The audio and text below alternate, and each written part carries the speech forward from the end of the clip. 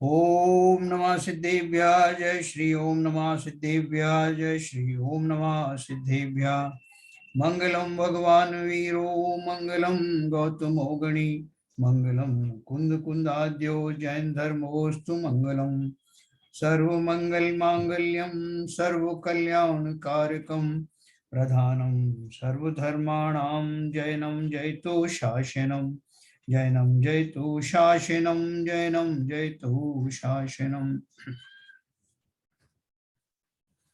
तो आचार्य अमृतचंद्र जी द्वारा रचित पुरुषार्थ सिद्धोपाय हमारे सामने है।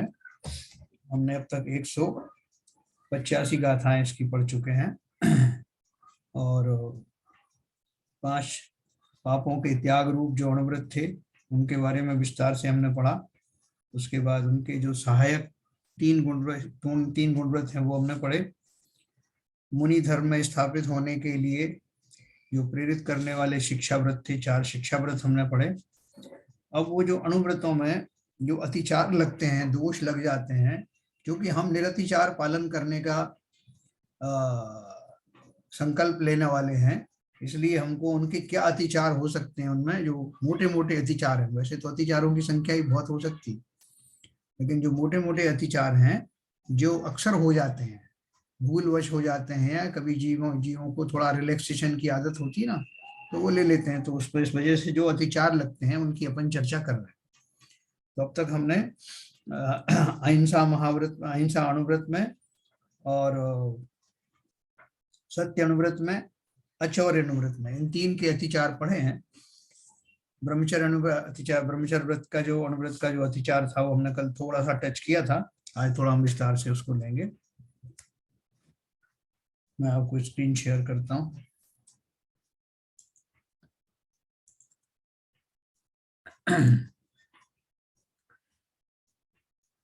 कल अपन ने पढ़ा था, देखो ये जो चोरी के लिए पढ़ा था ना, चोरी की प्रेरणा करना, अनुमोदना करना, चोरी करने का उपाय बताना, चोरी की वस्तु को खरीदना। कोई बहुत सारा जो कम मूल्य पे दे रहा है और मालूम है कि वो चोरी से लेके आया है, तो ऐसा लेना नहीं। राजाज्ञा का उल्लंघन करना अथवा राजकर न देना, अधिक मूल्य वाली वस्तु में कम मूल्य वाली वस्तु मिला देना, अधिक मूल्य की वस्तु थोड़े मूल्य में ले जाना, है ना। वो हम किसी पद पर हैं, बड़े पोस्ट पर हैं, या हमारी जो कुछ वो अच्छी चलती है, या वो जैसे पुलिस वाले होते हैं ना, उसको डरा धमका करके सब्जी वाले को या तो फ्री में ले जाएंगे या बहुत कम मूल्य देंगे, तो वो भी नहीं करना है। मापने तौलने के उपकरण, मीटर, तराजू, कांटा इत्यादि हीन आदि रखना, जो सही माप रखना चाहिए, नहीं तो ये चोरी के उसमें अतिचार में आता है। डायरेक्ट चोरी नहीं है, लेकिन ये चोरी में हमने अगर व्रत लिया है तो ये उसमें अतिचार लगता है। अब ब्रह्मचर्य अनुव्रत के 5 अतिचार।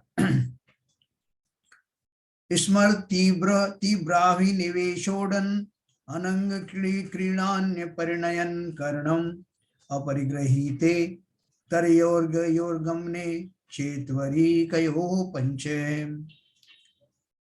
काम सेवन की अतिशय इच्छा रखना, योग्य अंगों को छोड़कर दूसरे अंगों के साथ काम क्रीड़ा करना, दूसरे का विवाह करना और कुंवारी तथा विवाहित व्यभिचारिणी स्त्रियों के पास जाना, लेन देन आदि का व्यवहार करना, यह ब्रह्मचर्य व्रत के 5 अतिचार हैं।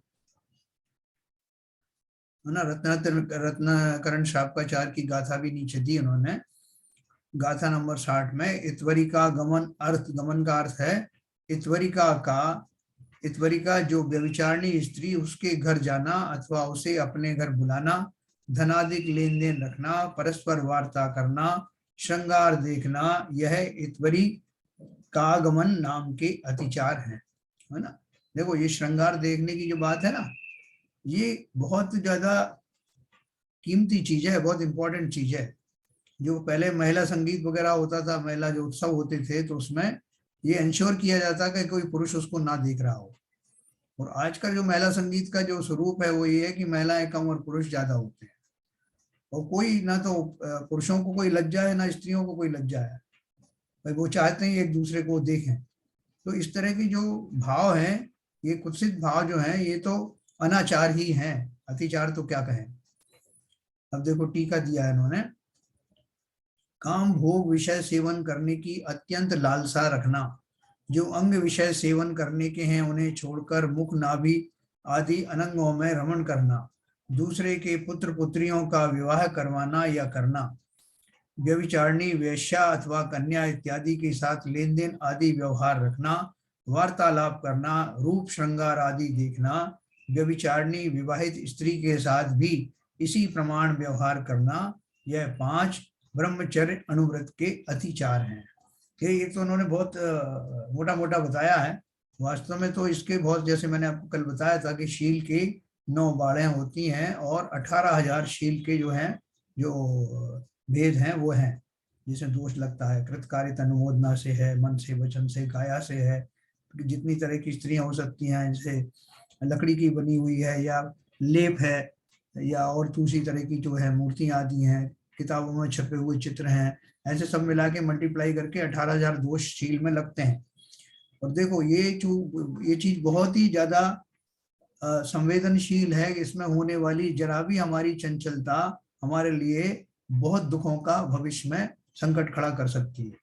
इसलिए बहुत सावधान रहने की आवश्यकता है इसमें, और इसमें डिगने की बहुत ज्यादा पॉसिबिलिटी रहती है। इसलिए अपने आप को दृढ़ बनाना, ये जो अपन जो पढ़ रहे हैं इसलिए पढ़ रहे हैं कि आपको कोई और जगह पे बहुत सारा विस्तार मिलेगा नहीं, यहाँ भी अभी संक्षेप में ही दिया है, कभी अपन विस्तार से भी पढ़ेंगे।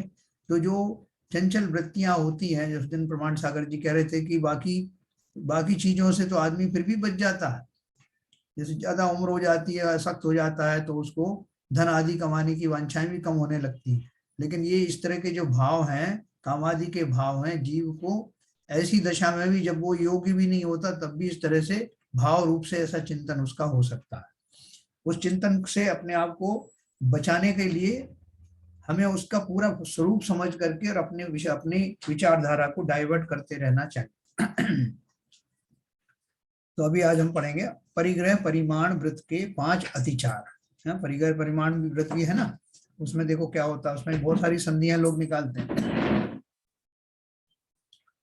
वास्तु क्षेत्राष्टपद हिरण्य धन धान्य दास दासी नाम उप्यस्य वेदयोरपि परिमाणाति क्रिया 5। घर, भूमि, सोना चांदी, धन धान्य, दास दासी और वस्त्रादि के दोनों भेदों का भी परिमाण उल्लंघन करना, यह अपरिग्रह व्रत के 5 अतिचार है।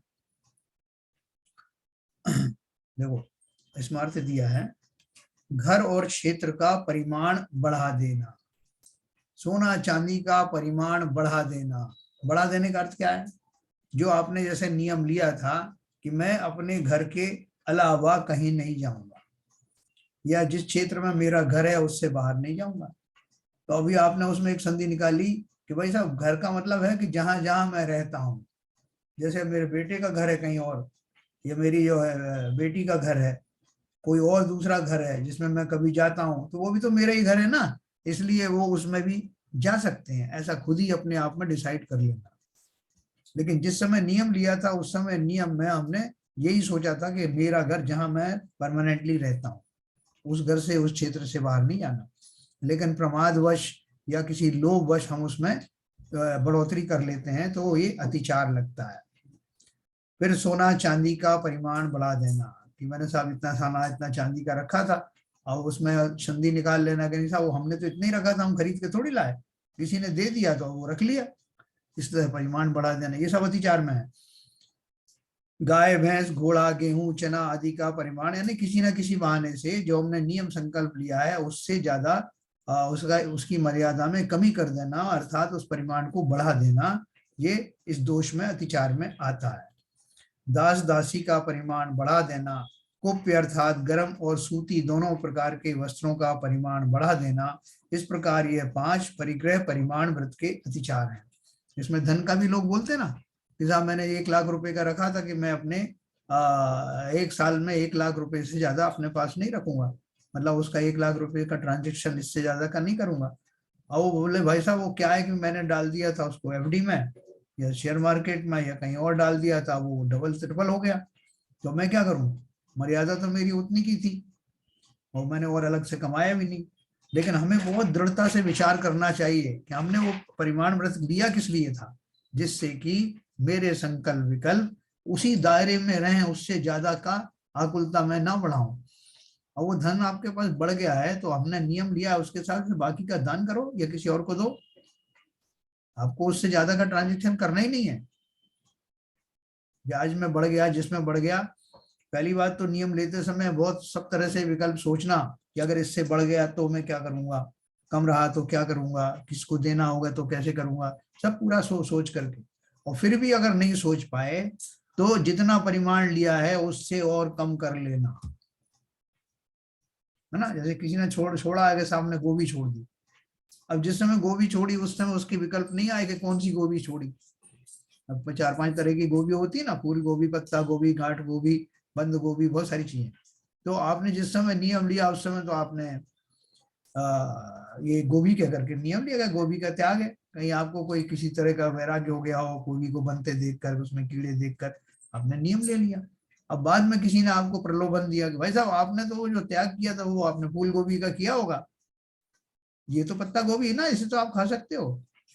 बोले साहब मुझे ध्यान नहीं है कि मैंने पत्ता गोभी रखा था नहीं रखा था, चलो लाओ आप बोल रहे हो तो खा लेता हूँ। नहीं, इसके विपरीत मुझे ध्यान नहीं है, इसलिए मेरा सब तरह के गोभियों का त्याग किया जा रहा है, मर थोड़ी जाएंगे।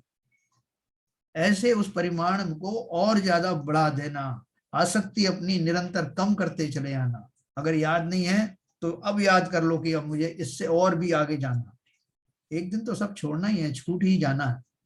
इसलिए इस बहाने से अगर कोई छूटता है तो उसमें शिथिल मत होना, संधियां मत निकालना।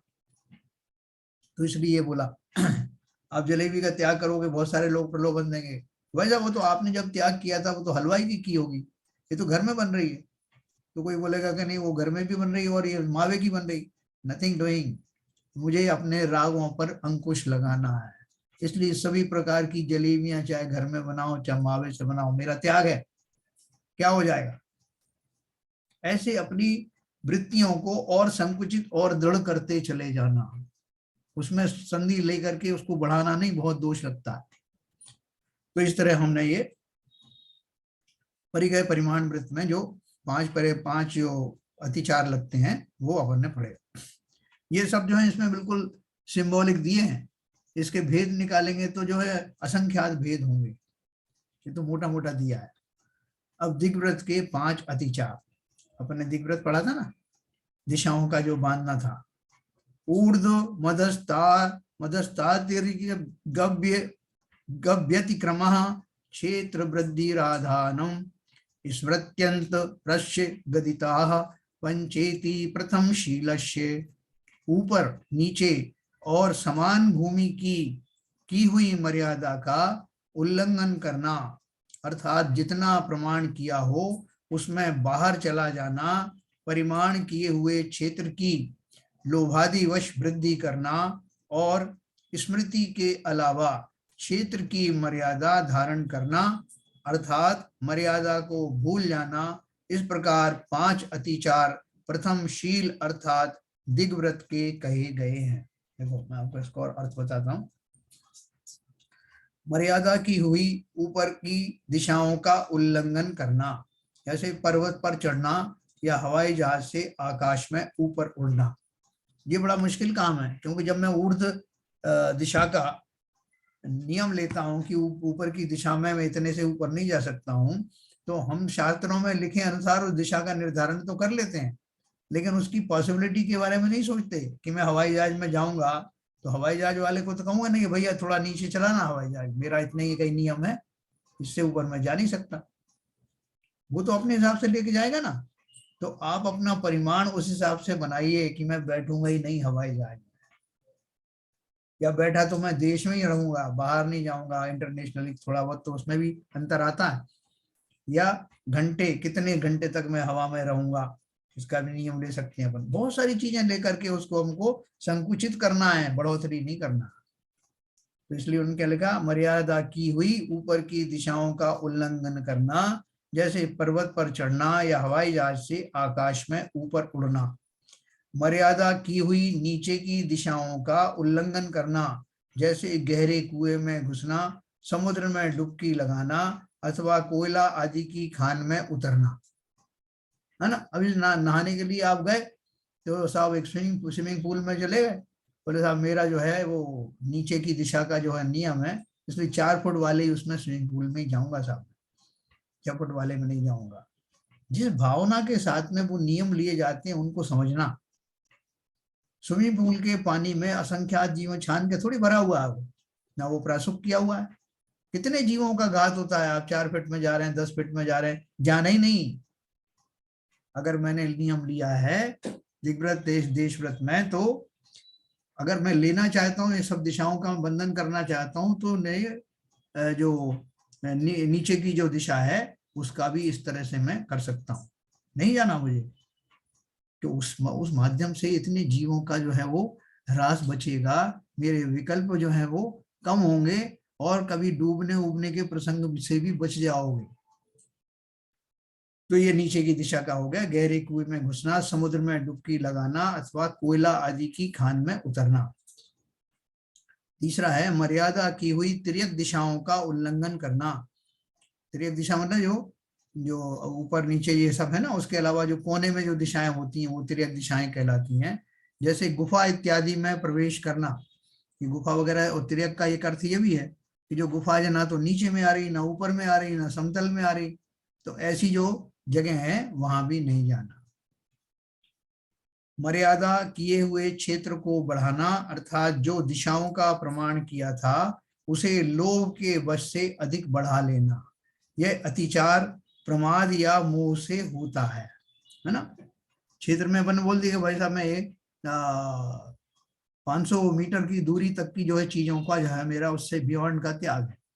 अब आप भोजन करने बैठे, अपन ने पहले भी डिस्कस किया था, भोजन करने बैठे और आपकी जो जो परोसने वाले हैं वो दूर बैठे हुए हैं, आपको सी चीजों की आवश्यकता है, तो आप क्या करोगे? और आपने मौन भी ले लिया और वस्तु जो है वो आपके जो दायरा है उससे बाहर रखी हुई, तो अपन संकेत करते हैं किसी तरह ताली बजा करके, कैसी अक्रेस्ट करके, क्योंकि मौन व्रत भी लिया हुआ है ना, और इधर उधर थोड़े कंकर भी रख लेते हैं पास में। अच्छा, तो उस वस्तु की तरफ फेंक करके इशारा करते हैं कि ये मुझे चाहिए है। ऐसे बहुत सारी तरह की संधियां लोग निकालते हैं, निकाल सकते हैं। कहने का अर्थ क्या है कि ये इनके इन प्रकार किसी भी तरह से अपने लिए हुए नियमों में ढिलाई नहीं करना, उसमें से संधियां नहीं निकालना, बल्कि 500 का है तो और 200 में ही निबट जाना, तो बढ़ोतरी करना अपने व्रतों में, क्योंकि अल्टीमेटली सब छोड़ना है, लेके क्या जाना, क्या करना चाहते।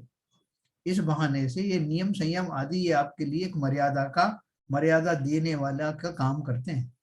उसमें अपनी मर्यादा को और बढ़ाना अर्थात मतलब वो जो आपने जितना प्रमाण रखा है उससे और कम का ही आचरण करना। परिमाण की हुई मर्यादा को भूलकर सीमा बढ़ा देना। अभी साहब मुझे याद नहीं है, किसी ने कहा आपने कितने का नियम लिया, तब मुझे याद नहीं है, मैंने 500 मीटर का लिया था या 200 मीटर का लिया था। तो आपको 200 मीटर का ही लेना है, जिसमें जो है कम हो, विच एवर इज लेस, उसमें आ जाना, ठीक है ना। अपनी मेमोरी का ये सदुपयोग करना। अब आगे चलते हैं। देश व्रत, ये हमने लिया देश, जो जो नियम भर जीवन भर के लिए जो लिया जाता है दिशाओं का, वो सब हमारा दिग्व्रत है। और विद इन दैट, उसी के अंदर किसी खास समय के लिए उससे भी कम परिमाण में काम चलाने का नियम लेना, वो देश व्रत में आता है। प्रेषस्य संप्रयोजन माने मानैनम शब्द रूप विनिपातौ क्षेपोड़पि पुद्गलानाम द्वितीय शीलस्य पंचेति। प्रमाण किए हुए क्षेत्र के बाहर दूसरे मनुष्य को भेजना। देखो मैं जो आपको कह रहा था ना, उसमें बहुत सारी लोगों ने संधियां निकाली, सब मैं तो वहां जा नहीं सकता भैया, मेरा प्रमाण है, मैंने परिमाण दे रखा है, भला इतने गांव से आगे नहीं जाऊंगा, इस गांव में नहीं जाऊंगा। अब वो काम पड़ गया उसमें, तो दूसरे को मैं भेज रहा हूँ, क्योंकि मैं इंटेंशनली भेज रहा हूँ। वो जा रहा होता तो बात अलग थी, मैं उसे भेज रहा हूँ, इसका मतलब क्या है कि मैं फिजिकली, मैं मानसिक रूप से वहां जाना चाहता हूँ, दूसरे के माध्यम से सही। क्योंकि मैंने ये जो नियम लिया था वो इसलिए लिया था कि उन स्थानों पर गमन करने में जो हिंसा होती है, जो अकुलताएं होती हैं, जो राग आदि में वृद्धि होती है, वो कम हो जाए। तो मैंने उसका दूसरा एक तरीका निकाल लिया कि मैं स्वयं तो नहीं जा सकता, लेकिन दूसरे को भेज रहा हूं। अब दूसरा जाएगा तो वो मेरे माध्यम से, मेरे निमित्त से सब हिंसा तो करेगा ही करेगा, साथ में मेरा आकुलता उसमें लगी रहेगी कि वो गया कि नहीं, उसने वहां फला फला काम किया कि नहीं। मैं मानसिक रूप से उसका पीछा करता रहूंगा, और ये जो आकुलता है वो उससे भी ज्यादा हो सकती जो फिजिकली मेरे जाने से नहीं होती। तो इसलिए ध्यान रखना, प्रमाण किए हुए क्षेत्र के बाहर दूसरे मनुष्य को भेजना, वहां से कोई वस्तु मंगाना, शब्द सुनाना, रूप दिखाकर इशारा करना, और कंकड़ आदि उद्गल भी फेंकना। देखो मैंने अभी आपको बताया था ना, बिना पढ़े यहाँ भी कंकड़ों का जो है इस्तेमाल हो रहा है। इस प्रकार 5 अतिचार दूसरे शील के अर्थात देश व्रत के कहे गए हैं। देखो आप अगर मौन से बैठ के भोजन कर रहे हो तो अपन को कोई शारीरिक से इशारे भी नहीं करना, शरीर की जो क्रियाएं उनको भी बहुत सीमित रखना, अपने मंतव्य को जो बॉडी लैंग्वेज से भी जो बताना, ये भी वर्जित है। बल्कि उसमें तो आपको और ज्यादा जो है वो होगी कि मैं ऐसा इशारा करूंगा लोग समझ जाए, वो नहीं समझते तो और आप और वाकुल वाकुल हो गए, और आपने दूसरी तरह की जो है बॉडी लैंग्वेज शुरू करी, तीसरी तरह करी, और बाद में जब हार हो गया तो तब उसको लड़ने के लिए बैठ गए कि मैंने ऐसा इशारा किया था, तुम समझे ही नहीं, मैंने मांगा था मीठा और तुम लेके आ गए हलवा, ये अपना नमकीन। तो इस तरह से तो और भी ज्यादा राग देशों में वृद्धि होगी, इसलिए उन्होंने इनको अतिचार में माना है। अगर मैंने किसी चीज का त्याग किया है तो मन से, वचन से, काया से, काया के किसी भी इशारे से भी वो चीज नहीं मानना, तब वो सत्ता है वास्तविक। तो इस प्रकार से मर्यादा के बाहर अपना रूप दिखाकर स्वार्थ साधन करना, मर्यादा के बाहर कोई वस्तु इत्यादि फेंक कर अपना कार्य साध लेना, यह 5 देश व्रत के अतिचार हैं, है ना। अब देखिए अनर्थ दंड त्याग व्रत की 5 अतिचार। अनर्थ दंड त्याग व्रत 5 तरह के थे, अपन ने पढ़े थे ना 5 तरह से। अनर्थ दंड त्याग व्रत जो है बड़ा, सबसे बड़ा हमारा वो था जिसमें ये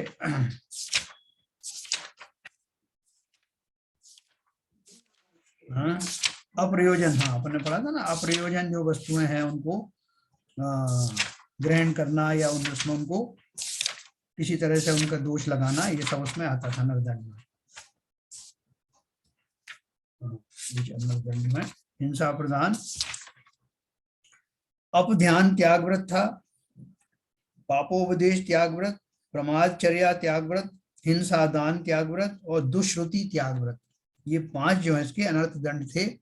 और इनमें वैसे तो प्रत्येक के जो है अनेक भेद हैं, लेकिन यहाँ अपन ने जो लिखा है उन्होंने उसी तक अपन अपने आप को कन्फाइन रखेंगे। कंदर्प है कौतकुच्यम भोगानर्थ क्यमपि च मोखर्यम असीमिक्षतादिकरणम तृतीय शीलस्य पंचेति। काम के वचन बोलना, भांड रूप अयोग्य काय चेष्टा करना, भोग उपभोग के पदार्थों का अनर्थक वाचालता यानी अनावश्यक जो चंचलपना है, बोलने का जो वाचालपना है, और विचार किए हुए बिना कार्य करना। इस प्रकार तीसरे शील अर्थात अनर्थ दंड विरति व्रत भी के भी 5 अतिचार हैं। तीसरा नंबर का अनर्थ त्याग व्रत है, जो हमारे जो गुण व्रत का तीसरा नंबर। राग भाव से हास्य सहित भांड वचन बोलना, है ना। जैसे अभी वो जो कर्नाटक की विधानसभा में वो जो एमएलए ने, वो मंत्री ने जो बोला था, वो इसी कैटेगरी में आता है। राग भाव से हास्य सहित भांड वचन बोलना। दूसरा, हास्य वचन सहित काय की कुचेष्टा करना, ऐसे हंसी मजाक भी कर रहे हो और इशारे भी कर रहे हो। प्रयोजन से बहुत अधिक भोग सामग्री को एकत्रित करना, जितनी जरूरत है। आप देखो कितने सारे जो धनवान लोग हैं वो अपनी तृष्णा के कारण जितना धन है उसको भी भोग नहीं सकते, इस पर्याय में उससे कई कई गुना जो है धन कमा के रखते हैं, और उसको तो निकालना दूर है, नया नया लाते रहते हैं। वो बड़े बड़े नेता हों या बड़े बड़े कोई ऑफिसर्स हों या बिजनेसमैन हों, सबके अंदर में तृष्णा जो बसी हुई है। दाम बिना निर्धन दुखी, तृष्णा वश धनवान। कहूँ न सुख संसार में, सब जग देखा छान। तो इसमें आता है ये, प्रयोजन से बहुत अधिक भोग सामग्री को एकत्र करना। अगर कोई हमसे कहे ना तो भाई साहब आप नियम ले लो, धन का भी और बाकी सब चीजों का ले लो, तो बोले कि साहब कितना ले लें? बोले जितने में आपका काम चल जाए उससे और 2 गुना कर लो। अरे भाई साहब 2 गुना नहीं, 10 गुना तो बोलो कम से कम। कि अभी तो मैं जो हूँ 2-5 लाख रुपए से काम चला लेता हूँ साल भर में, अब मैं इससे मुझसे जब परिमाण करने की बात आएगी तो मैं 10 करोड़ से कम की बात करूंगा ही नहीं। मेरी जो तृष्णा इतनी भरी हुई है कि अगर ऐसा हो गया तो, अगर ऐसी जरूरत आ गई तो क्या होगा? ये कुछ नहीं है, इसके पीछे जो मेरा राग भाव है, आसक्ति भाव है, उसके कारण ही मैं ऐसे बहाने बनाता हूं। क्या हो जाएगा? जितनी आयु है उससे पहले मर नहीं सकते, जितना पुण्य हमारा है उस पुण्य से हमें कोई वंचित कर नहीं सकता। जो भोग आदि की सामग्री हैं, जितना आपको अनुकूलता मिलनी अवश्य मिलेगी, अपने पुण्य पर भरोसा रखो। लेकिन हम क्या अनिश्चितता में जीते हैं, और इसलिए इस तरह का पर्याय प्रमाण व्रत लेते हैं जिसकी हमें जरूरत ही नहीं, और जितनी हम छूट लेंगे उतना उतना बंद होगा। तो प्रयोजन से बहुत अधिक भोग सामग्री को एकत्र करना, धृष्टता युक्त बोलना, है ना, ऐसे वचन बोलना जो कि नम्रता की कैटेगरी में या सामान्य कथन की कैटेगरी में नहीं आता। धृष्टतावश कुछ भी बोलना, नर्गल बोलना, बेशर्मी से बोलना, लड़ाई झगड़ा कराने वाले वचन बोलना, प्रयोजन बिना मन वचन काय का व्यापार बढ़ाते जाना, अथवा बिना विचार किए निष्प्रयोजन कार्य करना। वो शेख चिल्ली की कहानी आती ना, कि उसको कुछ मिलना नहीं था, मगर बैठे बैठे जो अपने पैर चला रहा और ये सोच चिंतन करते करते और जो कुछ था वो उसका भी विनाश कर लिया उसने। ऐसे ही मन में भी ऐसे निष्प्रयोजन विचारों को मत लाना, इसका कोई मतलब नहीं। क्योंकि इस चिंतन से सपने मदि दोष लगाई, हम सपने में भी दोष लगाते हैं।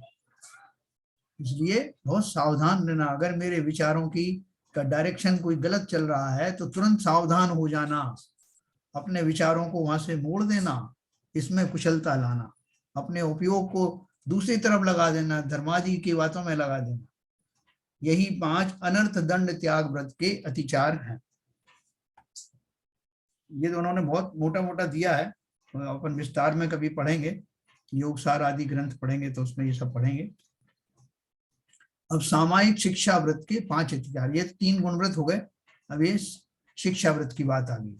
सामायिक शिक्षा व्रत के 5 अतिचार, शिक्षा व्रत थे ना 4, तो पर इनमें उनमें सामायिक नाम का जो शिक्षा व्रत है उसमें क्या अतिचार लगते हैं? वचन मने काया नाम दु प्रणिधानम तो नादर स्वेच्छ चेव स्मृत्यनुपस्थान युता पंचेति चतुर्थशीलस्य। अपन इसमें सीधे इसमें आते हैं, ठीक है। वचन का दुरुपयोग करना, अर्थात सामायिक करते समय मंत्र का उच्चारण अथवा सामायिक पाठ का उच्चारण ठीक से नहीं करना। तो भाई साहब मैं जल्दी में था, मैंने जैसे अरे क्या ओम नमः, साफ साफ बोलो ना, पढ़ो। जवान दी है आपको, पूरा आपको रसना इंद्रिय और बोल आपको शब्द दिए हुए हैं, आप बोल सकते हो। कितने तो मूक जीव हैं जो बेचारे बोल ही नहीं सकते, और बोलते भी हैं तो उनकी भाषा अस्पष्ट होती है जैसे पक्षियों की आवाज। हमें इतनी बढ़िया जो है वो जिह्वा इंद्री दी हुई है, जिसके माध्यम से हम इस पर्याय को सफल कर सकते हैं। तो मंत्रों का उच्चारण करना, पूजा में आने वाले शब्दों का उच्चारण करना, साफ साफ करना, दूसरे भी सुने तो उनके भी समझ में आए कि हमने क्या बोला। तो वचन का दुरुपयोग करना, अर्थात सामायिक करते समय मंत्र का उच्चारण अथवा सामायिक पाठ का उच्चारण ठीक से नहीं करना। हम जल्दी में होते हैं ना, भाई साहब मेरे को 5 पूजन करने का है तो इसलिए मैं धीरे जल्दी करना पड़ेगा मुझे। आपके समझ में आया नहीं आया? बोले आपके खुद के समझ में आ रही? बोले मेरे भी नहीं आ रही, पर मुझे तो जो है वो 5 पूजा पढ़ना है। ऐसे भाव नहीं, फिर फायदा क्या उसका? मन का दुरुपयोग अर्थात मन में बुरी भावना उत्पन्न होना, मन में अनेक संकल्प विकल्प उठना, काय का दुरुपयोग अर्थात सामायिक करते समय हाथ पैर हिलाना, अनादर अर्थात सामायिक आदर पूर्वक न करना अथवा बेगार समझकर उसे जैसे तैसे पूरी करने की इच्छा करना, स्मृत्यनुपास अनुपस्थान अर्थात एकाग्रता न होने के कारण पाठ भूल जाना, यह सामायिक शिक्षा व्रत के 5 अतिचार हैं। देखो हमने सब चीजें रट ली है ना, तो रट रट करके वो पाठ वगैरह पढ़ते रहते हैं एक सीक्वेंस में धड़ा धड़ा। इस बीच में किसी ने कुछ आपसे पूछ लिया कि भाई साहब इसमें से द्रव्य ले लूं क्या, आप मंदिर में खड़े, तो आपने तो उसे तो जवाब दे दिया और आप भूल गए, और फिर उसको कोस रहे हैं यार तुमने अच्छा मेरा पाठ भुला दिया, मैं अच्छा खासा अपने सीक्वेंस में पढ़ रहा था, मैं कहाँ से भूला हूँ, मुझे फिर से शुरू करना पड़े। तो देखो ये जब ये स्थिति कब आती है, जब हम वो रटे रटाई चीजों से अपना काम चलाना चाहते हैं। अगर हम पूरे जो है वो उसमें सतर्क हैं, तो हमें मालूम है कि मैं अभी पाठ की कौन सी स्टेज पर था और उसका क्या अर्थ चल रहा था और उसके आगे का अर्थ ये, तो जुड़ जाएंगे अपन उससे। और किताब सामने रखी तब भी हम किताब देखते नहीं, हमें इस बात पर बड़ा फक्र और गरूर होता है कि ये सब मुझे रटा हुआ है। और गलत भी अगर आपने रट लिया एक बार तो वही आएगा आपके बार बार। इसलिए पुस्तक को रख के सावधानी पूर्वक पढ़ना, भले ही आपको याद है। तो एकाग्रता न होने के कारण पाठ भूल जाना, यह सामायिक शिक्षा व्रत के 5 अतिचार हैं। सामायिक में मन वचन और काय तीनों की एकाग्रता की अत्यंत आवश्यकता है। सामायिक है ना, तो सामायिक में क्या क्या जुड़ा हुआ है, समयबद्ध। एक तो आप सामायिक समय से लेकर के काल का जो है वो परिमाण जो है वो करके, और फिर आप जो है काल की सीमा बांध करके सामायिक करते हैं, तो वहां भी समय आ गया।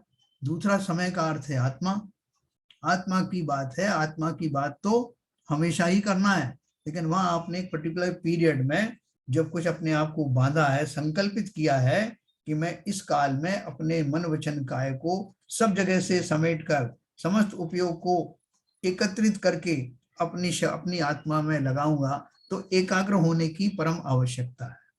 इसलिए सामायिक में मन वचन और काय तीनों की एकाग्रता की अत्यंत आवश्यकता है। इन तीनों को वश किए बिना सामायिक हो ही नहीं सकती, अतः इन्हें अवश्य ही वश करना चाहिए। देखो मुनिराज भी जब सामायिक करते हैं तो वो किसी से मिलते नहीं, दरवाजे बंद करवा करके उसमें रहते हैं। नहीं तो लोग बोलते रहे कि साहब आप आते जाओ, दर्शन भी करते जाओ, हम सामायिक करते रहेंगे बैठ के, तो हो पाएगी क्या सामायिक? कितने लोग चिल्लाएंगे अरे नमोस्तु नमोस्तु नमोस्तु, वो ना चाहते हुए भी उनको उनकी जो मुद्रा है वो भंग हो जाएगी। इसलिए सामायिक में विशेष सावधानी रखना, ये हमारे जीवन का एक बहुत महत्वपूर्ण साधन है, जिसके द्वारा हम अपनी आत्मा में समय में प्रविष्ट होते हैं। तो इस प्रकार से हमने ये पढ़ा। अब दूसरा वाला शिक्षा व्रत है प्रोषधोपवास शिक्षा व्रत के 5 अतिचार। जो अपन ने उपवास के बारे में पढ़ा था ना, कि 3 दिन करते हैं, पहला एकासन, दूसरे दिन उपवास, फिर 3 एकासन पालने के दिन। तो वो जो प्रोषधोपवास था, उसका उस प्रोषधोपवास नाम के शिक्षा व्रत में भी 5 अतिचार होते हैं। वो कौन से होते हैं? अनवेक्षिता प्रमार्जित मादानम संसतरस्थ उत्सर्ग स्मृत्यनुपस्थान मनादरश्च पंचोपवासस्य, देखे बिना अथवा शुद्ध किए बिना ग्रहण करना, चटाई आदि बिस्तर लगाना तथा मलमूत्र का त्याग करना, उपवास की विधि भूल जाना और अनादर, यह उपवास के 5 अतिचार हैं। बिना देखे अथवा कोमल उपकरण से बिना पहुंचे पूजनादिक सामग्री या कोई वस्तु का ग्रहण करना, है ना। महाराज के पास जो पीछी वगैरह होती है, ये छुल्लक जी के पास होती है, उसका पर्पस क्या है? उसके जो पंख होते हैं मोर के, इतने कोमल होते हैं कि उसके द्वारा जीवों की हिंसा लगभग बच जाती है, होती नहीं है, बहुत कोमल होते हैं। हम भी कर सकते हैं। देखो अभी अपन सवेरे, जैसे मैंने आपको बताया था, गैस वगैरह की जो उसके ऊपर अपन गैस को चालू करना है, तो उससे पहले अगर कोई कोमल चीज हो तो उससे उसको बुहारना या ऊपर से कर देना, तो कुछ तो हवा में ही उड़ जाते हैं जीव, तो वो वहां उस स्थान पर बहुत सारे जीव बैठे रहते हैं रात से, और अपन ने अग्नि जलाई तो निरर्थक बेचारे मर जाते हैं, हमारे देखने में भी नहीं आते। तो जहां तक वो जिस भी साधन के द्वारा, जिन कोमल साधनों के द्वारा उनके शरीरों की विराधना ना हो, बहुत कोमल शरीर भी उनके बहुत कोमल है, छोटे शरीर है, तो उसका हमें विशेष विवेक रखना, अंधाधुंध काम नहीं करना, बिना देखे एक तो रात्रि में ही सारा जो है अपना रसोई का काम निपटा कर साफ सुथरा करके सोना, क्यों रात्रि में बहुत संचरण होता है जीवों का, और सवेरे हम बिना देखे वो सब कर देते हैं। तो सवेरे भी बहुत ध्यान पूर्वक, क्यों ये सब हमारे खाते में जा रहा है, इसलिए बहुत सावधान रहना। बिना देखे अथवा कोमल उपकरण से बिना पहुंचे पूजनादिक सामग्री या कोई वस्तु का ग्रहण करना, बिना देखे बिना पहुंचे बैठना, सोना या बिस्तर लगाना, ये खाली मुनियों का ही काम नहीं है, अलग शुल्लकों का काम नहीं है, साधारण गृहस्थों का भी काम है, क्योंकि हम ही तो श्रावक और मुनि बनने वाले हैं, दूसरे थोड़ी कोई बनेंगे। बिना देखे बिना साफ किए भूमि पर मलमूत्र का त्याग करना, उपवास में एकाग्रता न होना अथवा विधि भूल जाना, और तप या व उपवास की विधि में अनादर उदासीनता करना अथवा शीघ्र पूर्ण होने की आकुलता रहना। तो जिस दिन उपवास है उस दिन अपन वो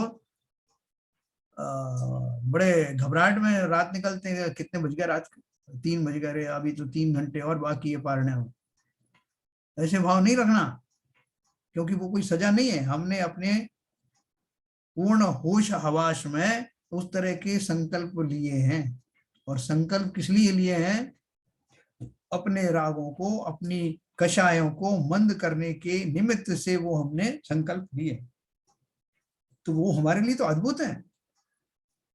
जैसे हमारा जो पर्युषण पर्व में 10 धर्म का जो 10 लक्षण पर्व में हम अगर एक एक दिन गिनना शुरू कर देते हैं, अभी भाई साहब 1 दिन निकला है, अभी तो 9 दिन बाकी है, इसकी बजाय हम ऐसा चिंतन करें कि अरे वो इतना बड़ा महापर्व आया था, उसका 1 दिन आज निकल गया, अभी तो 9 ही दिन बचे। ऐसा उसके प्रति बहुमान रखना, अनादर का भाव मत रखना। जब हम इस तरह से 10 लक्षण का पालन करेंगे तो वो 10 लक्षण हमारे जीवन में उतर जाएंगे, वरना तो हर बार आते हैं और चले जाते हैं, और हम इसी कामना में रहते हैं कि पहले दिन आया तो ठीक है, उसके बाद से तो गिनना शुरू कर देते हैं कैलेंडर में, कब खत्म होंगे भाई साहब, हमारा तो 14 हो गई पूरी, अब वो रत्नत्र वाले जाने साहब, वो उनको और ज्यादा लगी हुई थी लगन, तो लो हमारा तो हो गया पूरा साहब, हमारा समापन हो गया। ऐसा भाव हम उसे भार की तरह समझते हैं कि उसका क्या लाभ होने वाला है। अगर मैं इस तरह के भावों से उदासीनता से कोई व्रत आदि स्वीकार करता हूं तो वो फिर काय क्लेश की कैटेगरी में चला जाएगा। मैंने सिर्फ शरीर को क्लेश ही पहुंचाया, कष्ट ही पहुंचाया, उन कषायों का कुछ नहीं किया। इसलिए ये ध्यान रखना, अगर मैंने उसमें अनादर रखा, बहुमान नहीं लाया, तो मेरा जो बेसिक पर्पस था वो बिल्कुल सॉल्व हुआ नहीं, शरीर के प्रति आसक्ति और बढ़ गई, और अंतिम दिन जितना गृद्धता के साथ मैं भोजन आदि का सेवन करूंगा उतना मेरा तीव्र पाप का बंध होगा, क्योंकि इतने दिन तक मैं रुका बैठा था, अब बाढ़ आ गई मेरे रागों की। ये अपन को चिंतन बहुत अच्छे से करना। शीघ्र पूर्ण होने की आकुलता रहना, यह प्रोषधोवास के व्रत के 5 अतिचार हैं। ये मैंने 5 आपको मोटे मोटे जैसे बताए हैं, ये चूंकि ये ग्रंथ में छोटा सा है इसलिए उसमें समरी के रूप में दिया है। अपन और जब ग्रंथ पढ़ेंगे चरणान योग के तो ये एक एक अतिचार के बारे में तत्वार पंजूसा में ही बहुत विस्तार से दिया हुआ है, वो सारा इसका भेद है। क्योंकि अभी अपन लोग इस लेवल तक आ गए हैं कि अपन इशारे से ही समझ जाते हैं, है ना, समझदार को इशारा ही काफी है। तो अगली गाथा है भोग उपभोग परिमाण शिक्षा व्रत के 5 अतिचार। देखो इसमें भी ध्यान से पढ़ेंगे। आहारो ही सचित्त है, सचित्त मिश्र सचित्त संबंध है, दुष्पकोण विषोपी च पंचामी षष्ठशीलस्य। इसकी टीका पढ़ेंगे। निश्चय ही सचित्त जीव सहित कच्ची हरी वस्तु का आहार करना, सचित्त चित्त के मिश्रण वाली वस्तु का आहार करना। पहले तो है सचित्त बिल्कुल जैसे हरी ताजी ताजी ककड़ी या आपने तोड़ ली सीधी, है ना, वो जो अभी विकसित होने वाली है, विकसित हो रही है, वो उसमें हरित काय के जीव हैं, उस वस्तु को ऐसे ही उसका उपयोग करना। तो सचित्त आहार को ग्रहण करने में जो दोष लगता है वो दोष आएगा, क्योंकि आपने उसको भली प्रकार थी, न पकने भी नहीं दिया, और वो जो बढ़ रही थी अभी उसमें हरी हरी चीज में ही बाल्यावस्था के भी वो फल लोग खा लेते हैं। निश्चय ही सचित जीव सहित कच्ची हरी वस्तु का आहार करना। दूसरा, सचित अचित के मिश्रण वाली वस्तु का आहार करना। पानी आपने थोड़ा सा गर्म किया प्रासुक, अब वो गर्म ज्यादा हो गया, आपने उसमें ठंडा पानी मिला दिया, कच्चा पानी मिला दिया, तो उसमें दोष होता है। उसमें दो तरह के दोष होते हैं। एक तो दोष जो है वो ये जो सचित अचित है ना, क्योंकि वो वातावरण का जो अलग अलग जो कच्चे पानी में या ठंडे पानी में जो जीव थे, उनको दूसरा वातावरण मिलने के कारण उनकी अकारण ही मृत्यु होती है। और वो जो इंटरफेस बनता है गर्म का ठंडे का, उससे साइंटिफिकली भी आपके शरीर को नुकसान पहुंचता है। सचित अचित के मिश्रण वाली वस्तु का आहार करना। साबुत फल, हाँ, वो साबुत फल भी हैं, जैसे अपन जो छिन्न भिन्न करते हैं, छिन्न भिन्न करके जो मुनिराज को देते हैं, तो उसको अचित्त बनाते हैं, प्रासुक करते हैं, फिर अचित्त बनाते हैं, और उसके साथ में आपने दूसरे भी डाल दिए। जैसे अब ये तो कम पड़ रहा था, मुनिराज से जो बचा था वो ये बचा था, इसमें मैंने अपना और मिला लिया। तो ऐसे सचित अचित्त आहार को मिलाना, उसमें दोष है। ये क्यों दोष कहा? जिससे आप सतर्क हो जाओ, जो अपने लिए प्रयोग में ला रहे थे उसको भी अचित्त करके खाएं, उसको उगने की या वहां जीव जंतुओं के पैदा होने की संभावना ना रहे, इस भाव से उसको अचित्त करते हैं। उसको काट करके थोड़ा सा इधर उधर चाकू अगर से कर देते हैं, उसको अचित्त करना कहते हैं। हरि सचित्त से ढांकी हुई वस्तु का आहार लेना। पत्ते वगैरह से ढांक देते, मुनिराज आहार नहीं लेते कि आपने खाद्य सामग्री रखी उसके ऊपर पत्ता ढक दिया हो तो उससे अच्छा दे, तो उसको वो नहीं लेते। हरी सचित्त से ढांकी हुई, सचित्त है ना, वस्तु का आहार लेना। ऐसी वस्तु का आहार करना जो अग्नि पर भले प्रकार पकाई ना गई हो, अथवा अधिक पक गई हो, या कुछ अधपकी रह गई हो ना, ये सारे उसमें अतिचार में आते हैं। तथा 5 गरिष्ठ अर्थात 5वें नंबर पे गरिष्ठ अर्थात कामोद्दीपक पुष्टिकारक वस्तु का आहार करना, यह 5 भोगोपभोग परिमाण व्रत के अतिचार हैं। ऐसी वस्तुओं का सेवन करना जो कि गरिष्ठ हों, जिससे कामादि के विकार बढ़ते हों, ऐसी वस्तुओं को नहीं लेना। सिंपल साधारण वस्तुएं खाना ना, क्योंकि ये किसके चल रहे हैं अणुव्रत? सम्यक दृष्टि और देशवृत्ति, पंचम गुण स्थान वर्ती जीवों की बात हो रही है। और हम क्यों पढ़ रहे हैं? कैसा हमें क्यों सुना रहे हो? क्योंकि मैं ही तो बनूंगा। अगर मैंने नियम नहीं लिए हैं तब भी मुझे पालन करना है इनका। नियम लेने के बाद तो बिल्कुल संकल्प हो ही जाएगा, इसकी प्रैक्टिस मुझको आज से और अभी से करना है। तो हमको इन बातों की खबर नहीं, इसलिए शास्त्रों का सहारा ले रहे हैं।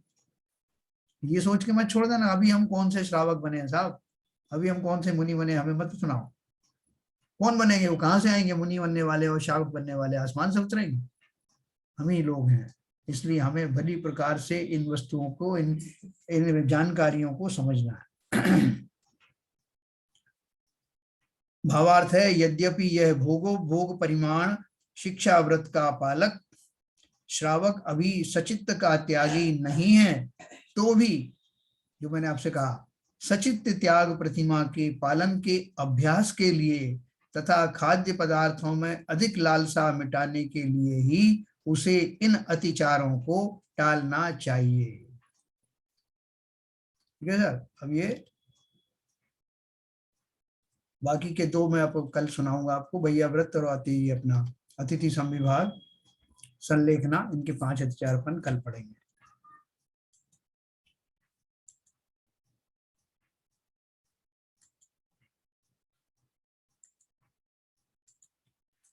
हाँ सर, छोटी छोटी इंफॉर्मेशन है।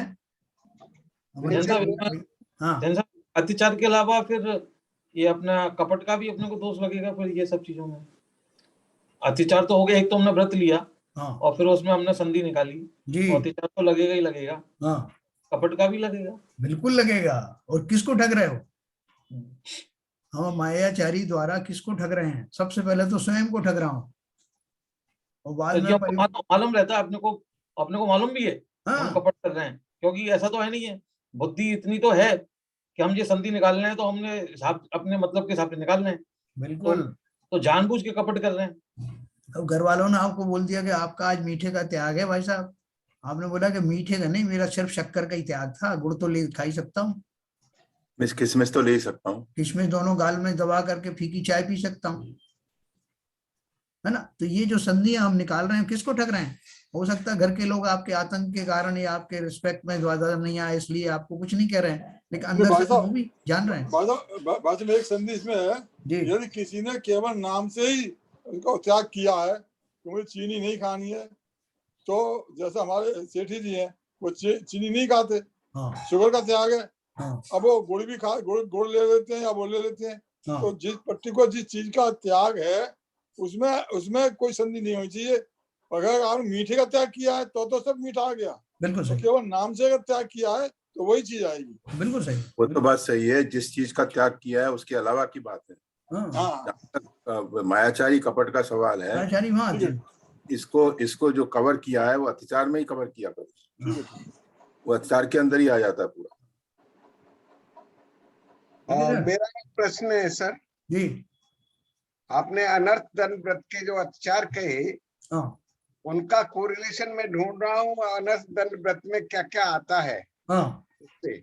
सो मैं अगर अनर्थ दंड व्रत पढ़ूं और 191 में उसके अत्याचार पढ़े आप, तो हाँ मैं व्रत के नाम पढ़ता हूँ, हाँ जैसे अपध्यान, प्रमादचर्या, हिंसा दान, पापोदेश, हाँ दुष्कृति, हाँ ये 5 भेद बताए थे। जी हाँ और ये आप 191 गाथा निकालेंगे तो उसमें 141 191 सर, नहीं गाथा का अत्याचार अत्याचार अत्याचार का वो 191 अभी किया था ना आपने सर। अच्छा अच्छा अच्छा 192 सामयिक का है सर। 191 नहीं 190 होगा। हाँ 190 है Close to that। हाँ नहीं तो उसमें जो अत्याचारों का वर्णन है उसमें इस तरह के नहीं आते हैं, मैं बस इतना ही कहना चाहता उसमें राग भाव के हास्य के साथ भांड वचन बोलना ये सब है ना। हूं। हाँ वो क्या किया उन्होंने, अनर्थ दंड त्याग व्रत जो है उसके 5 भेद है ना।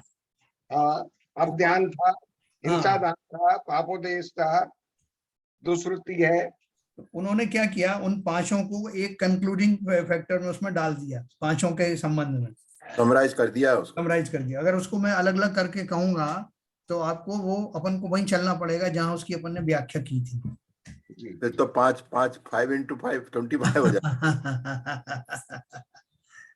नहीं आपको अगर इंटरेस्ट हो तो मैं फिर वो नहीं कोई ऐसी बात नहीं, इंटरेस्ट तो रहता है लेकिन नहीं, अगर ज्यादा कल अगर उसकी पूर्ण व्याख्या कर देंगे तो और क्लियर हो जाएगा। नहीं आप चिंता मत करो, अभी मैं चरणानियों के इतने ग्रंथ पढ़ने वाला हूँ कि आपको ये सब लगेगा अभी तो पढ़ा था या आप फिर से पढ़ा रहे हो। तो ये कौन से हमने पहली बार पढ़े हैं, ये कितनी बार पढ़े साहब एक क्वेश्चन और है मेरा इसमें जी कि दिग्व्रत और देश व्रत में कोई समय है कि कब से लेना चालू करें? नहीं कोई समय नहीं, जब से जागो तभी सवेरा। देखो आप अपनी स्थिति देख करके, हड़बड़ी में कोई चीज नहीं करना है, विवेक पूर्वक। कि अभी आप बच्चा स्कूल जाने वाला है और उसने व्रत ले लिया, साहब मैंने देश व्रत ले लिया, दिग्व्रत ले लिया, अब स्कूल कैसे जाए। या आपने अभी धन कमाने की, अभी आपको जो रोजी रोटी का सवाल है तो आपने दिशाओं का पहले ही बंद कर लिया, तो आप कैसे करेंगे। तो भावावेश में नहीं होना चाहिए। अपनी स्थिति को समझ करके भली प्रकार क्या क्या चीजें मैं कर सकता हूँ तब उसका नियम लेना। लेकिन उसमें एक चीज तो आती है, लेकिन जैसे वो बात तो आपकी सही है कि विवेक पूर्ण लेना है और सोच समझ के लेना है, घर की परिस्थितियों सब देख के लेना है, लेकिन वो तो कभी खत्म नहीं होती, वो तो कुछ ना कुछ तो चालू। बिल्कुल खत्म होती है। देखो मैं आपको एक एग्जांपल बताऊं, मतलब मेरे ऊपर ही घटित हुई, बहुत बड़ी चीज नहीं हालांकि, लेकिन मैं एक एग्जांपल। नहीं ये क्वेश्चन मैं इसलिए पूछ रहा हूँ जी कि ये अपने आप से पूछ रहा हूँ मैं क्वेश्चन ये मैं, हाँ क्योंकि वो चीज कभी जैसे आप जैसे दिग्व्रत देश व्रत है तो बहुत सारी चीजें तो आज भी स्टार्ट की जा सकती हैं या नहीं की जा सकती हैं। मतलब जैसे कि आदमी को घूमने का शौक है तो तीर्थ यात्रा का रखे और दूसरी जगहों का ना रखे, जैसे तो वैसा मैं सोच रहा हूँ कि वैसे विवेक, क्योंकि विवेक तो इसमें भी आ जाता है ना, भाई जाना तो है और तीर्थ भी करने हैं तो चारों दिशाओं में जाना है, लेकिन चारों दिशाओं में भी मतलब ये कुछ तो ले ही सकते हैं। नहीं, उसमें शैलेंद्र जी देश प्रथम है, जो आपने बहुत बढ़िया बात कही कि देश प्रथम में आपने घूमने का जाने का है, तो अगर दो चीज रह सकती हैं इसमें। एक तो मैं तीर्थ वंदना के लिए तीर्थ स्थानों पर ही जाऊं, दूसरा क्या कहते हैं उसमें लोग उसमें एंटरटेनमेंट के लिए हिल स्टेशन पे जाते हैं, नई नई जगह आर्किटेक्चरल उसके जो स्थान है देश और विदेशों में जाते हैं घूमने, तो वो व्रत तो लिए जा सकते हैं ना।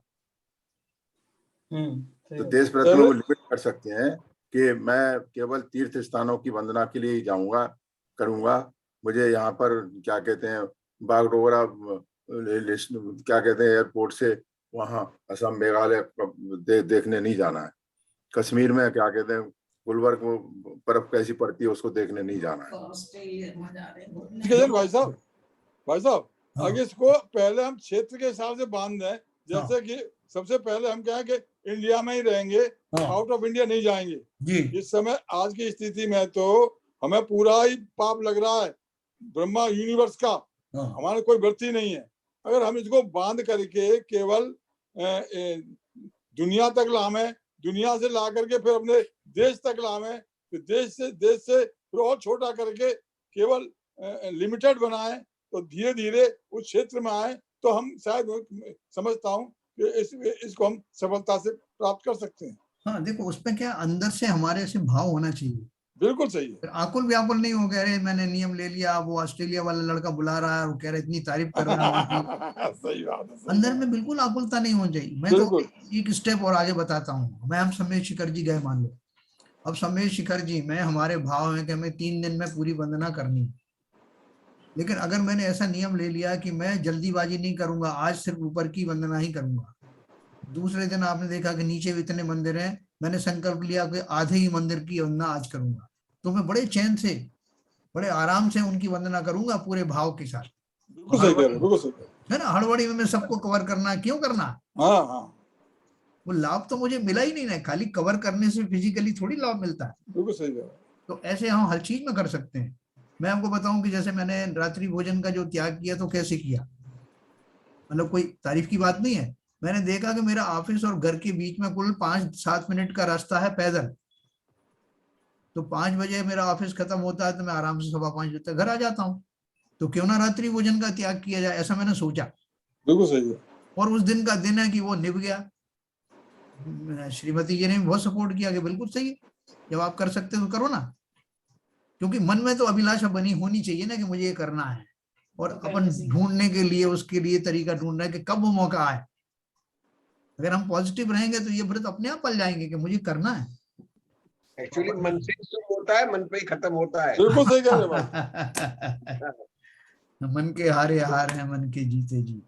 बिल्कुल सही है। वही एक शंका है सर, इसमें जो भोग भोग परमाण व्रत, परमाण शिक्षा व्रत में आपने जो अत्याचार बताया जी, कि वस्तु का आहार करना जो कि अग्नि पर भले प्रकार पकाई न गई हो, हाँ या अधिक पकाई गई हो, हाँ, तो इसमें ये अत्याचार में किस तरह से आ रहा है?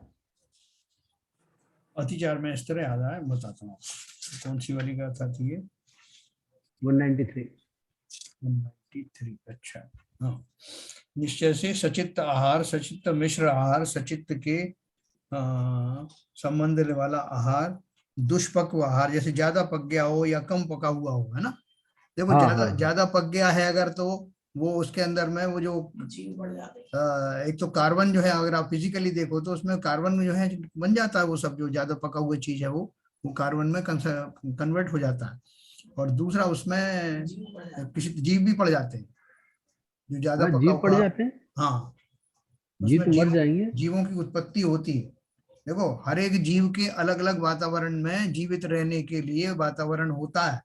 ठंडे पानी में भी जीव जिंदा रहते हैं जहाँ टेम्परेचर -डिग्री में चला जाता है, पक जाता है, उसी तरह से वो जो गर्म है उस वाले जीव वहां रहते हैं, गलने लगता है, गलन शुरू हो जाता है। सब अगर हम अपना आहार पकाएंगे, हाँ, या तो पूरा पका लें या आधा पका लें, हिंसा तो हो ही रही है उसमें।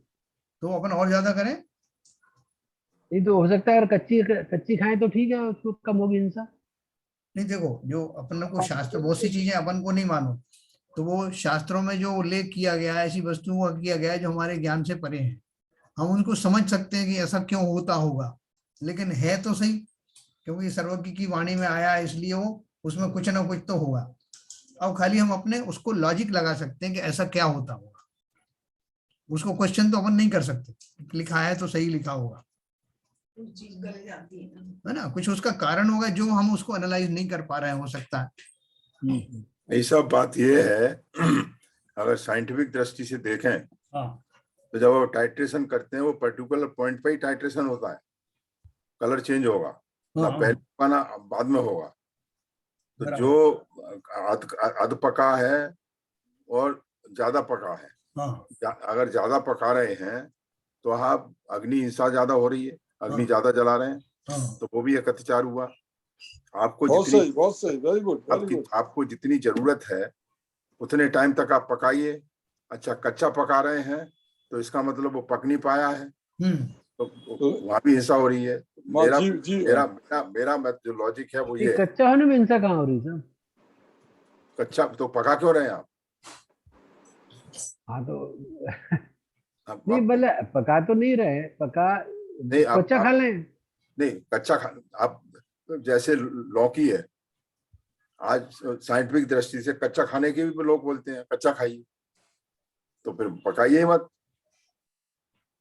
अगर ऐसा भी बाबूजी अगर दाल है, जब तक आप पकाओगे नहीं तो आप खा नहीं सकते हो, तो कच्ची खाओगे तो नहीं, वो तो खैर हेल्थ का अलग इशू हो गया कि आप इसे डाइजेस्ट कर पाओगे क्या करोगे, पर यहाँ अत्याचार की पॉइंट ऑफ व्यू देखना डिफरेंट चीजों के लिए, डिफरेंट चीजों के लिए उनके जो जीव हैं वो वहां तक ही सहन कर पाते हैं, और जब पूरा पक जाता है तब वो जीव परास्तुक हो जाते हैं, मतलब जीव चले जाते हैं। अगर हम वहां तक उस हद तक नहीं पकाएंगे तो वो जीव जिंदा रहेंगे और वो उसका भी भक्षण हो जाएगा। तो लौकी में है, दाल में है, या और भक्षण तो चीजों हो ही में। रहा है सब, अगर उनके शरीर का हो रहा है। सीबी जैन साहब ने एक बात बताई थी कि ज्यादा पकाओगे तो जो अग्निकाय के जीव है ज्यादा हिंसा होगी। ठीक है, ये लॉजिक आध्यात्मिक दृष्टि से उचित लगता है मुझे। दूसरा, अब आपका प्रश्न ये था कि कच्चा न रह जाए, तो उसका मेरी लॉजिक ये है कि प्रत्येक वस्तु का अलग अलग जो जीव है, उसके जीव जो है अलग अलग हीट की स्थिति तक रहते होंगे, और जब पक जाता है तभी वो परास्तुक हो पाता होगा। तो इसीलिए उनका अलग अलग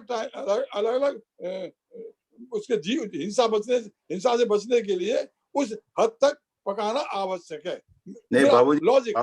बाबूजी आपकी लॉजिक का मैं कंटिन्यूएशन देता हूँ। हाँ जी। ये दाल और सब्जी को तो छोड़ दीजिए, हाँ, जल को परासुक करते हैं, तब वो भी तो जल का तो ठीक है, अगर आपने उस डिग्री तक जो है उसको गर्म नहीं किया तो वो प्रासुक नहीं होता है। नहीं होगा। वही लॉजिक, उसी लॉजिक से मेरी उसी लॉजिक से ये। और किसी को पता हो इस बारे में तो थोड़ा बताएं। नहीं, जैसे अन्न की कोई चीज आप बना रहे हो और अध कच्ची आपने बना दी, तो उसको वो जैसे आपने रखी, जैसे खाने के आपने रखी, घंटे भर बाद आप खाने वाले हो बनने, तो वो खराब हो जाएगी वो। और या आपने बहुत ज्यादा पका दी तो वो भी बहुत खराब हो जाएगी। तो जैसे आप कोई भी चीज जो बनती है, क्योंकि उसका एक पर्टिकुलर मतलब आपको जो खाने के हिसाब से भी उसका प्रॉपर्ली नहीं पकी है, तो उसके अंदर जीव उत्पत्ति भी जल्दी हो जाएगी। तो बहन जी बताइए, आप दूध को देख लीजिए ना, अगर दूध वाला नहीं तो कुछ देर बाद खराब हो जाएगा वो। हाँ, अच्छे से उबला नहीं तो, अगर पूरी तरह से उबला नहीं, परासुक नहीं हुआ, तो क्या कहते हैं वो जल्दी से खराब हो जाएगा। उसमें खराब होने का मतलब है जीवों की उत्पत्ति होगी उसमें, तो वो तो ऐसा जीव रह जाएंगे उसमें। यस। कोई और बताएं? बताइए आप।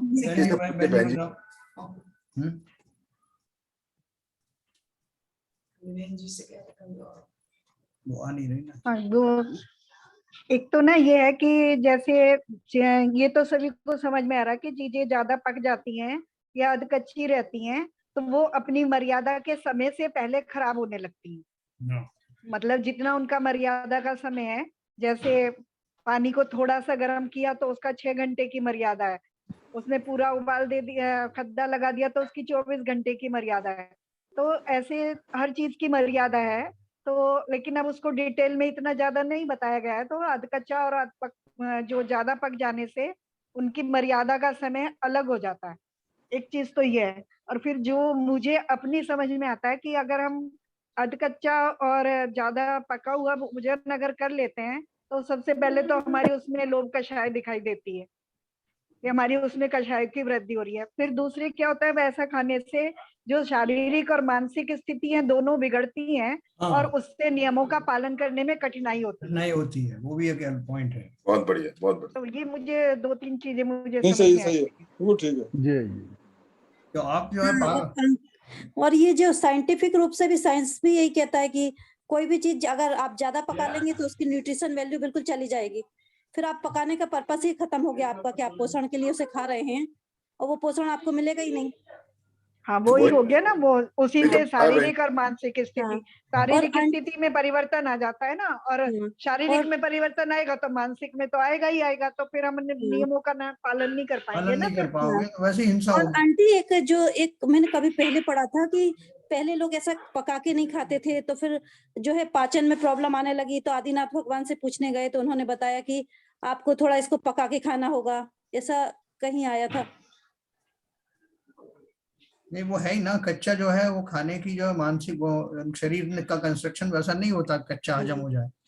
या पहले के काल में होता था, उन्होंने ऐसा कुछ बताया कि काल परिवर्तन हो गया है, अब आपको इसको पका के खाना होगा, ऐसा कहीं आया था। मतलब पहले तो कल्पवृक्ष से ही लेते थे, फिर उसके बाद ये पकाने का उन्होंने बताया कि नहीं, अब पका के ही आपको खाना पड़ेगा। नहीं, वो तो उन्होंने पूरा ही मार्गदर्शन किया था, तो कहीं डिटेल में होगा तो वो तो सभी चीजें बताई गई थी, तो पूरा ही बताया गया होगा कि मसीह कैसे कृषि करना सारा है। समझाया था। हाँ, है ना, हर उसमें वस्तु ऐसे ही का बताया अपना था अपना कि एक अलग टेम्परेचर है जिसपे बॉईल किया जाए, कुक किया जाए, हर वस्तु का। हाँ, तो वो प्रॉपर आपको न्यूट्रिशन देगी, प्रॉपर टेम्परेचर में यूज करने पर ही वो प्रॉपर न्यूट्रिशन आपको मिल सकता है। देखिए, आप सही कह रहे हैं, हर क्षेत्र का अपना अपना वातावरण का रिक्वायरमेंट है।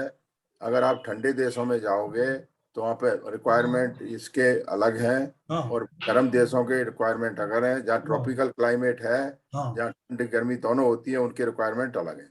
तो अब उसके हिसाब से वहाँ के शारीरिक जो परिस्थितियाँ हैं, मानसिक परिस्थितियाँ हैं, और उनका मेंटेन करना क्षेत्र के हिसाब से, वहाँ की उष्णता के हिसाब से भी डिपेंड करती हैं। बिल्कुल सही है। बहन जी, बहन जी, जी, मर्यादा को क्या हम प्राथमिकता से जोड़ सकते हैं? मर्यादा के जब मर्यादा प्रत्येक वस्तु की मर्यादा अलग अलग होती है, तो क्या हम प्राथमिकता से जोड़ सकते हैं उसे? हाँ ना, है ना, वो जैसे पानी से बने हुए जो भोजन है उसकी मर्यादा पानी से अच्छी तरह पक के बन गई है, तो उसकी 24 घंटे की मर्यादा है अधिक से अधिक, है ना। और बिना उसके बनी है, जैसे मान लो हमने घी से लड्डू बनाए, बेसन के लड्डू बनाए मान लो, तो उनकी मर्यादा जितनी घी की और बेसन की और बूरे की मर्यादा है, तो उसकी मर्यादा उस हिसाब से हो गई। बिल्कुल ठीक है। अर्थात मेरी बात मतलब मैं समझता हूँ कि मर्यादा के हिसाब से हर एक वस्तु का अलग अलग पकाना हो जाता है। हाँ, बिल्कुल बिल्कुल सही है, बिल्कुल सही बहन जी, आपने बिल्कुल सही समझा। चलिए, सबसे ज्यादा चीज है ना कि मान लो हमने अध कच्चा और ज्यादा पका हुआ भोजन खाया, तो उसका स्वाद नहीं होने से, तो जो मानसिक तृप्ति है वो नहीं होने से जो भाव है वो स्थिर नहीं हो पाते। बस मेन चीज ये ना, भाव स्थिर करना होता है कोई भी नियम पालन करने के लिए, और भावों की स्थिरता नहीं होगी तो भोजन भी कारण है ना एक तरह से। बहन जी, इसको तो हम यहाँ से इस बात से भी काट सकते हैं कि जो आदमी भोजन के प्रति लालायित नहीं है, वो केवल शरीर को चलाने के लिए भोजन कर रहा है, तो उसको तो भोजन के स्वाद से कोई लेना देना नहीं है। उसको तो केवल वो पेट भरना। आप ऐसा कह सकते हो। अगर स्वाद से नहीं जोड़ा जाए तो जब मुनि महाराज है, अब वो तो स्वाद की आवश्यकता नहीं है। नहीं, स्वाद की आवश्यकता नहीं है, मगर उनके स्वास्थ्य के लिए प्रॉपर पका हुआ भोजन नहीं जाए, वो अलग चीज है, लेकिन वो शरीर के अंदर विकार पैदा करेगा ना। वो अन्न की गिद्धता के लिए बोला गया है वो, लेकिन भोजन सुरुचिपूर्ण नहीं होना चाहिए। ऐसा नहीं है कि कच्चा पक्का कैसा भी खा लो, महाराज जी खा लेंगे। नहीं, महाराज जी के लिए व्रत है कि वो स्वाद लेके और वैसा नहीं खाएंगे, नहीं तो लेकिन वो एक अलग चीज है। वो सुरुचिपूर्ण ही बनाना है उनको। बहन जी ने अभी जो बताया था उसके आपकी संबंध बात में मैं सही कह है, रहा हूँ। हाँ, आपकी बात बाबूजी, आपकी बात सही है, लेकिन वो तो खुद तो हाँ? मैं सोची थी थोड़ा सा शूट करते हैं। क्या हुआ, आवाज कैसे आवाज बंद हो गई। आवाज चलिए। बहन जी जय जी, आवाज आपको थोड़ा आवाज आ रही है। दोबारा बहन जी करिए। चलो करो। चलिए अभी समय हो गया। ठीक है ठीक है ठीक है ठीक है जिनवाणी ठीक है, आप स्तुति समझ गए, करेंगे। मतलब उनका आशय समझ गए, वस्तु स्थिति समझ गए। हाँ, ललित जी,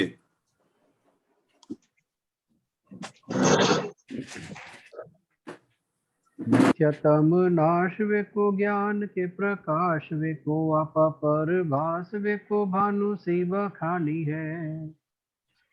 सहु द्रव्य जान वे को बंध वेधि भान वे को स्वपर पिछान वे को परम प्रमाणी है।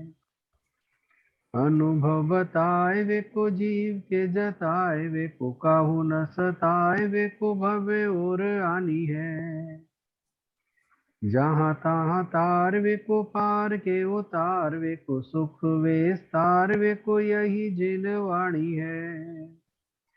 हे जिनवाणी भारती तो है जपू दिन रैन, जो तेरी शरण आ गए सो पावे सुख चैन। जिनवाणी के ज्ञान से सूझे लोकालोक, तो वाणी मस्तक धरो सदा देते हैं धो, सदा देते हैं धो। जिनवाणी माता की जय। जय।